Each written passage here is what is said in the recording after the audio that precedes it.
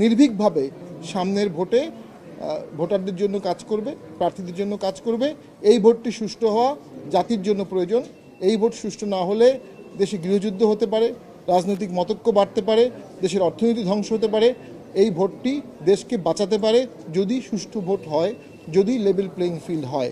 সে বিষয়ে আমি মনে করি সরকারের যত সক্ষমতা আছে, সেনাবাহিনী, পুলিশ, প্রশাসন সবাইকে এখন লেভেল প্লেইং ফিল্ডের জন্য কাজ করতে হবে।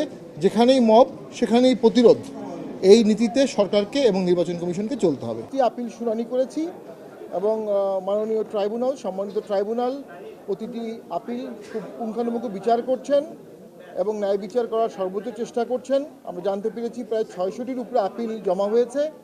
এই টেনেসিয়াস কষ্টসাধ্য জবটি ওনারা করবেন। আমরা আশাবাদী তারা ন্যায় বিচার করবেন। আমাদের এই 5টি যে মনোনয়ন বাতিল হয়েছিল এখন পর্যন্ত শুনানি হয়েছে, তার মধ্যে 4টি গৃহীত হয়েছে, 1টি পেন্ডিং আছে। তো সেখানে তার মধ্যে আমাদের এখানে চাঁপাইনবাবগঞ্জ চাঁপাইনবাবগঞ্জ 2 ওনারটা অবৈধ হয়েছিল, এটা এখন বৈধ হয়েছে। নারায়ণগঞ্জ 4 এটা অবৈধ হয়েছিল, বৈধ হয়েছে। নরসিংদী 1 এটা অবৈধ হয়েছিল, এটা বৈধ হয়েছে।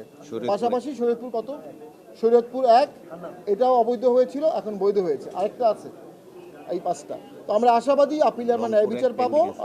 আমরা মনে করি শত বাধার মধ্যেও নির্বাচন কমিশন চেষ্টা করছেন এবং আমরা আশা করব নির্বাচন কমিশন মবকে দমন করবেন। মবকে দমন না করলে নির্বাচন সুষ্ঠু হওয়ার কোনো সম্ভাবনা আমরা দেখি না। এবং আমরা আজকে জানতে পেরেছি যে অসংখ্য জায়গায় রিটার্নিং কর্মকর্তারা কারেক্টেবল মিস্টেককে ওনারা কারেক্ট করার ট্রাই করতেন, কিন্তু মবের কারণে করতে পারেননি। যদি মব না থাকতো অসংখ্য জায়গায় রিটার্নিং কর্মকর্তাই এগুলো কারেক্ট করতে পারতেন। আজকে প্রার্থীদেরকে কষ্ট করে আমাদের এই আপিল করতে হতো না। এটা অত্যন্ত কষ্টসাধ্য ব্যাপার প্রার্থীর জন্য। তিনি প্রার্থীতা অবৈধ হয়ে গেলে তাকে এখানে আসতে হচ্ছে এবং এখানে এসে তাকে আপিল করতে হচ্ছে। তো আমরা আশাবাদী নির্বাচন কমিশন দেখাবে তার দাঁত আছে, শুধু কামড় দিতে পারলে হবে না, দাঁত সহ কামড় দিতে হবে। দেশের নিয়ন্ত্রণ নির্বাচন কমিশনকে নিতে হবে। 12 তারিখ পর্যন্ত বাংলাদেশের সরকার নির্বাচন কমিশনের সরকার, সেটা নির্বাচন কমিশনকে এক্সার্ট করতে হবে। ধন্যবাদ সবাইকে। জি, আমাদের যে 5টি বাতিল হয়েছিল এখন পর্যন্ত, যেটা আমরা হিয়ারিং করেছি, একটি ছিল তিতাসের গ্যাস বিল বাকি ছিল, উনি গ্যাস বিল দিয়ে দিয়েছেন। একটি ছিল ফর্ম উনি জমা দিয়েছিলেন কিন্তু গ্রহণ করেনি, সেটা উনি ফর্ম আজকে জমা দিয়ে দিয়েছেন। একটি ছিল হলফনামায় ভুলে লিখেছে যুক্তরাজ্যের নাগরিক, সেটা পেন্ডিং আছে। আরেকটি হচ্ছে দ্বৈত নাগরিকত্ব অনেক আগে ছিল, উনি স্বীকার করেছেন, কিন্তু নাগরিকত্ব পরিত্যাগের কাগজ দেননি, ওটা উনি পরে দিয়ে দিয়েছেন। এই তুচ্ছ গ্রাউন্ডগুলোতেই হয়েছে।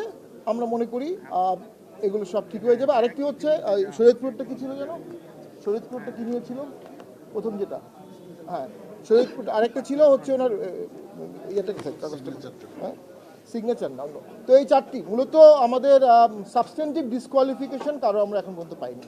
দলের পক্ষে কতজন বললেন? আমাদের দলের পক্ষে এখন পর্যন্ত 25-এর উপরে আপিল করেছে এবং আমরা আশাবাদী প্রায় সবগুলোই আমরা আপিলে বৈধতা পাবো, এ বিষয়ে আমরা আশাবাদী। আমরা মনে করি দ্বৈত নাগরিকত্ব থাকলে অবশ্যই এটা ডিসকোয়ালিফিকেশন, এবং দ্বৈত নাগরিকত্ব বাতিল না করে কেউ ভোট করতে পারবে না। আমাদের যে প্রার্থী তিনি দ্বৈত নাগরিক না, তার এফিডেভিটে ভুলবশত নাগরিকত্বের জায়গায় যুক্তরাজ্য লিখেছেন, শুধু এই একটি অক্ষর। তো সেটি এখন শুনানি হচ্ছে এবং এটা এখন ট্রাইব্যুনালের জুরিসডিকশনে আছে, পেন্ডিং লাইট। আমরা দৃঢ়ভাবে আশাবাদী all doubt has to be resolved in favour of the candidate. এটা হচ্ছে ইনক্লুসিভ ভোটের প্রথম শর্ত। তো যেহেতু আমাদের ওই গঙ্গাছড়ার কেসে রিটার্নিং কর্মকর্তা তার দ্বৈত নাগরিকত্বের কোনো কাগজ দেখাতে পারেনি, তার বিদেশি পাসপোর্টের কোনো কাগজ কেউ দেখাতে পারেনি, আমরা আশাবাদী এখানে আমরা ন্যায় বিচার পাবো।